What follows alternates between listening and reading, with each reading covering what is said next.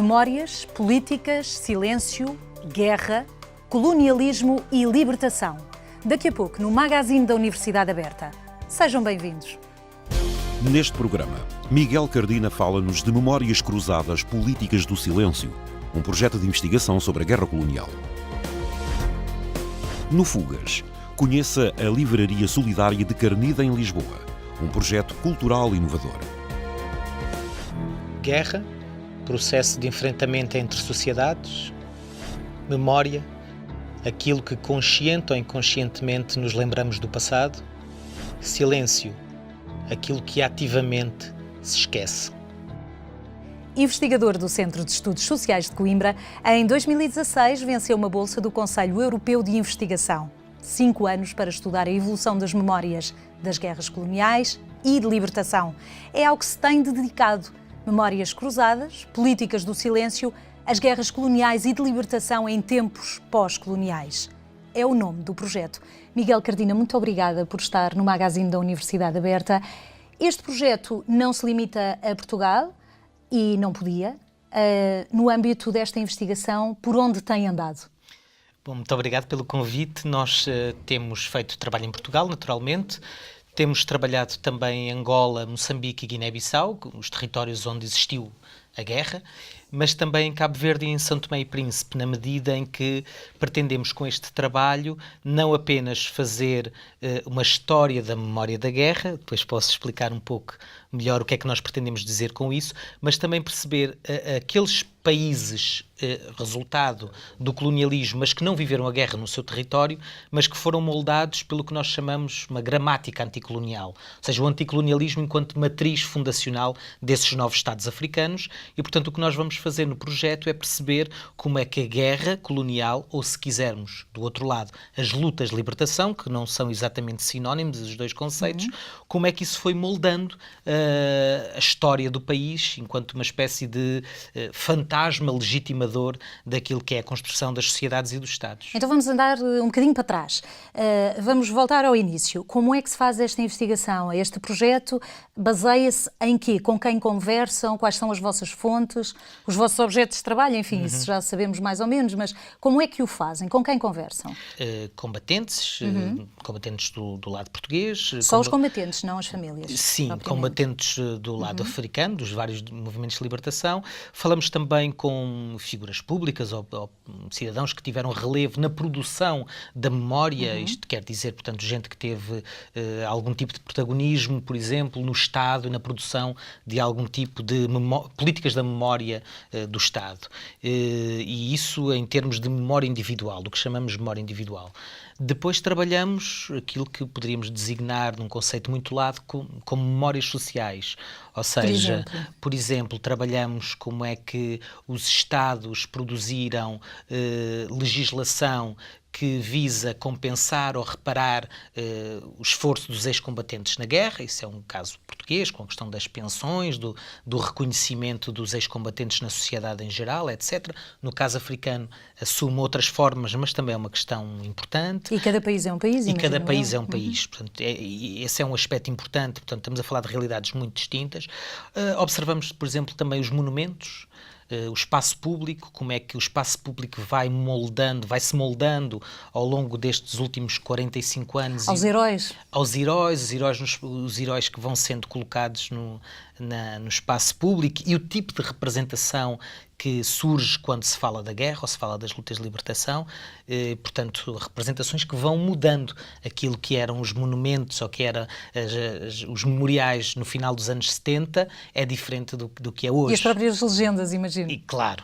E esse elemento, o que nós pretendemos no projeto, daí ter mencionado há pouco a ideia de uma história da memória, é perceber como é que estas representações do passado, de um passado muito marcante, porque moldou o modo como Portugal se vai ressignificar a seguir ao 25 de Abril e como é que vão surgir novos Estados independentes em África, como é que essa história vai produzindo uma nova história a seguir ao evento. Eu costumo dizer que este projeto não é sobre a guerra 1961, 74, 75, quando a guerra decorreu enquanto evento histórico, mas é a guerra colonial e as lutas de libertação 1975, 2019. Fez uma separação entre a guerra e as lutas de libertação. Sim, porque as lutas de libertação, se observarmos nos diferentes contextos africanos, têm uma semântica diferente daquilo que é a guerra colonial. A guerra foi um evento bélico e, portanto, contrapôs um exército regular e um conjunto de guerrilhas, nomeadamente em Angola, 3, em Moçambique e na Guiné-Bissau. Quando falamos de lutas de libertação nos contextos africanos, estamos a falar de quem combateu com armas, mas também de outro tipo de protagonismos na luta. Os clandestinos, os presos políticos, as próprias mulheres que auxiliavam os movimentos de libertação. Portanto, tem uma dimensão mais plástica e de alguma forma mais abrangente a ideia de luta de libertação, que remete inclusive para a resistência anticolonial. E fazem recolha junto desses vários intervenientes das memórias? É quase como um puzzle depois dar sentido a tudo isso, porque a memória vai deformando ao longo dos anos. Claro, sim, vai deformando, vai-se modelando, vai-se modificando. Deformando ou não, não é? Claro. Deformar é uma forma depreciativa, até pode modelar-se, exatamente. Claro, e o que acontece, aliás, um dos trabalhos que neste momento temos em mãos e que brevemente será apresentado, um dos aspectos digamos assim, da divulgação pública do projeto, tem a ver com um filme que está a ser realizado pela Diana Andringa, uma realizadora que está a trabalhar connosco, sobre os 45 anos da independência da Guiné-Bissau. Nós fizemos esse filme quando agora estivemos na Guiné a organizar um colóquio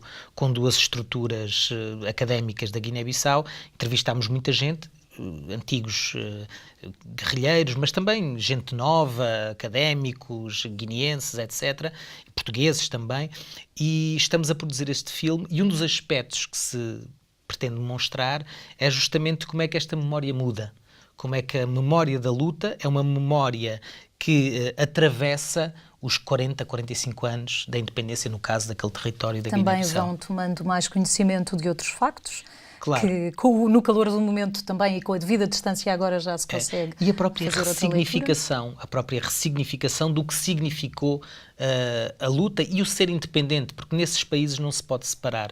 A luta de libertação, no caso, significou ser independente.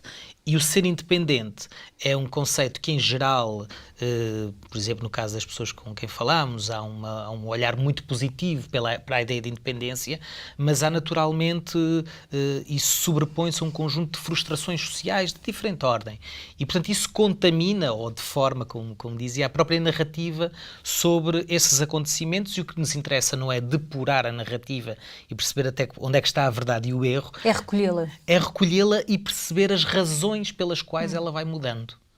Para nós, colocando agora o olhar em Portugal, um dos aspectos importantes que eu creio é que temos um olhar sobre a guerra colonial mais focado na ideia de uma guerra, portanto foi um evento bélico, e menos na ideia de que ela decorreu no quadro de uma ordem colonial. E, portanto, daí que se fala da guerra, que se fala da guerra do ultramar, que se fala da guerra da África, mas que se fala menos da guerra colonial, e quando se fala da guerra tende-se a omitir justamente o facto de ela se passar num quadro em que a desigualdade estrutural, que é o colonialismo, tem uma função. E quando se olha para o outro lado, esse elemento está sempre presente. Nessa medida, o diálogo com essas memórias, com essa produção do passado, com essas histórias que nos vêm do outro lado, é uma forma também de descolonizarmos o conhecimento a partir deste lado de onde estamos, no fundo do antigo Império. Uma das fontes de estudo, curiosamente, e a propósito do que estava a dizer, são os manuais escolares. Há uma alteração significativa ao longo dos anos. É uma forma também de se olhar a história dessa forma, não é? Sim, um dos aspectos que queremos observar é justamente como é que os manuais escolares foram dando conta destas diferentes percepções do passado. É um trabalho que ainda está em curso. Sobre os manuais escolares não temos ainda conclusão, mas... Em determinado momento, eventualmente, propaganda, mas depois quase Sim. Certamente. Quase que natural, a leitura natural de... Tem uma natureza de propaganda, sim, desde logo durante o Estado Novo, etc. O que acontece é que, por exemplo, no caso português, e isso é uma evidência que nós temos, ainda que não tínhamos ainda produzido um olhar muito fino e reflexivo sobre o assunto, mas é um trabalho que estamos agora a desenvolver, mas é muito evidente como permanecem nos manuais escolares em Portugal leituras sobre o colonialismo, sobre a guerra e sobre este passado, no fundo, de violência colonial, que tendem a omitir essa dimensão, no fundo, estruturante daquilo que foi a desigualdade, a opressão, a violência. Ainda recentemente surgiram notícias sobre isso. Portanto, os manuais escolares em Portugal necessitam ainda de um trabalho que eu direi de um olhar historiográfico mais fino e mais rigoroso, por um lado, e, por outro, perceber de que forma é que eles estão ainda a produzir representações sobre este passado que são representações muito devedoras daquilo que era o olhar, ou não muito diferentes, se quisermos, daquilo que era o olhar que a ditadura salazarista tinha sobre as colónias. Quase como separado do contexto global. Separado do contexto global e com uma ideia de que o colonialismo português foi benevolente, foi de alguma forma menos violento do que o colonialismo britânico, ou espanhol, ou holandês, e que de alguma forma se pautou pela ideia de miscigenação, de encontro de culturas, etc. E essa ideia é muito forte ainda, é muito forte. É o senso comum, na verdade, em Portugal.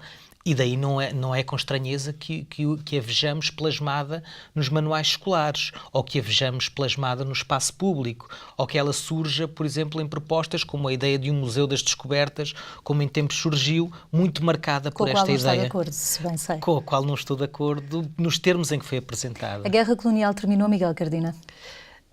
As guerras só terminam quando morre o último homem que as enfrentou. Miguel Cardina, muito obrigada pela sua presença no magazine da Universidade Aberta. Miguel Cardina e as memórias da Guerra Colonial, a seguir, no Fugas, não perca a Livraria Solidária de Carnide, em Lisboa.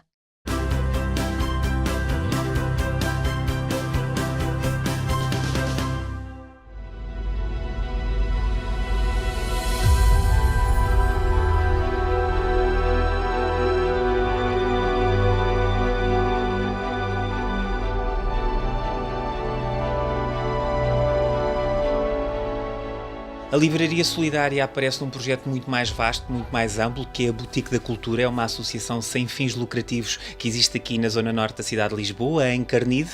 Esta associação dedica-se a várias áreas, nomeadamente ao teatro, temos um projeto de street art, temos uma incubadora de artes e a livraria surge também como um destes projetos.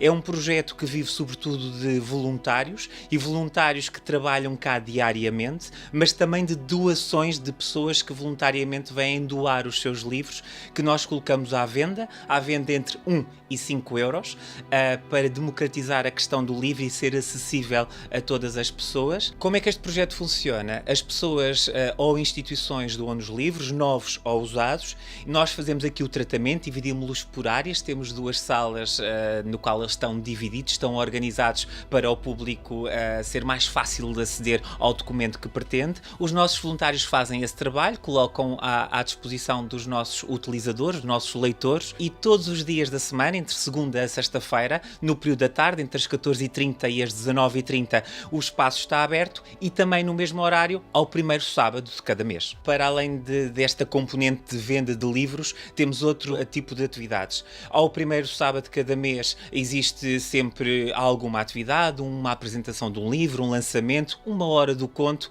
ou outra iniciativa que esteja ela relacionada com os livros. E depois temos um projeto muito interessante, que é as farmácias de Carnide, são aqui as nossas parceiras e disponibilizam estantes com livros. O projeto chama-se Vitaminas para a Alma, no qual quem vai a estas farmácias pode trocar um documento que lá esteja, ou simplesmente agarrar no livro e levá-lo para casa, ou fazer uma troca de livros. Nós costumamos dizer, até pode roubar o livro, desde que de facto dê o uso que é importante para a pessoa.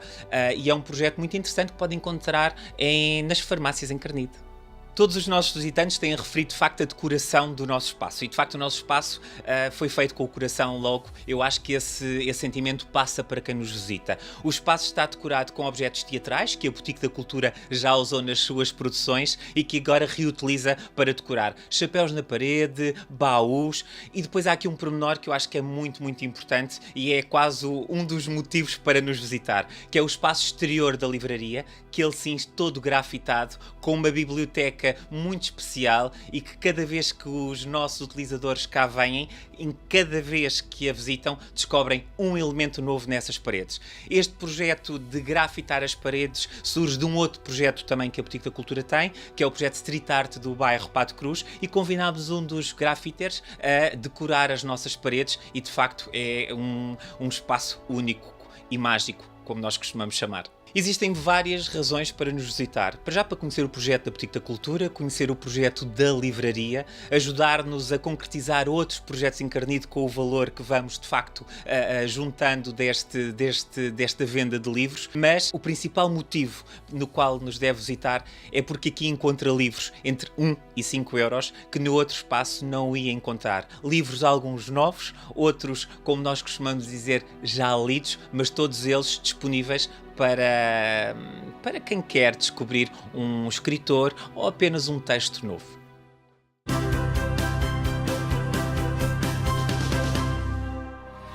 Decorreu na sala de atos do Palácio Ceia, num simultâneo Portugal-Brasil, a sessão de apresentação do e-book Inovar para a Qualidade da Educação Digital.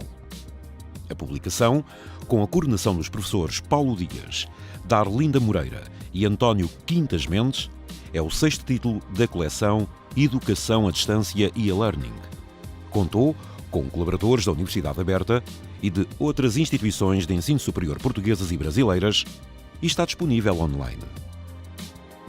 O seminário Cultura, Saúde e Género em Debate foi organizado pelo CEMRI-UAB, Centro de Estudos das Migrações e das Relações Interculturais da Universidade Aberta. Teve como convidada Yolande Gonvidama, da Universidade de Rouen, em França. A sessão foi moderada por Natália Ramos, coordenadora científica do CEMRI. No âmbito da Associação para a Educação à Distância dos Países de Língua Portuguesa, terá lugar entre os dias 20 e 24 de maio um ciclo de conferências dedicado ao tema Desafios para a Docência Online. A abertura deste ciclo de conferências tem como convidado Dias de Figueiredo, da Universidade de Coimbra, cujo pensamento sobre a educação digital tem o maior reconhecimento internacional. O seminário é online, assíncrono, aberto e gratuito. O idioma comum é a língua portuguesa. Os conteúdos serão disponibilizados ao longo do evento e até ao final do mesmo. Em caso de dúvidas, contacte eventos.cplp@uab.pt. Estão abertas online até 9 de julho as candidaturas ao primeiro ciclo nas modalidades de acesso direto, reingresso e mudanças de par, instituição e curso, unidades curriculares isoladas, formações modulares certificadas. As candidaturas da primeira fase ao segundo e terceiro ciclo de estudos podem ser feitas também online até 25 de junho. Conheça as vantagens do ensino à distância e informe-se sobre os cursos em oferta no portal da Universidade Aberta.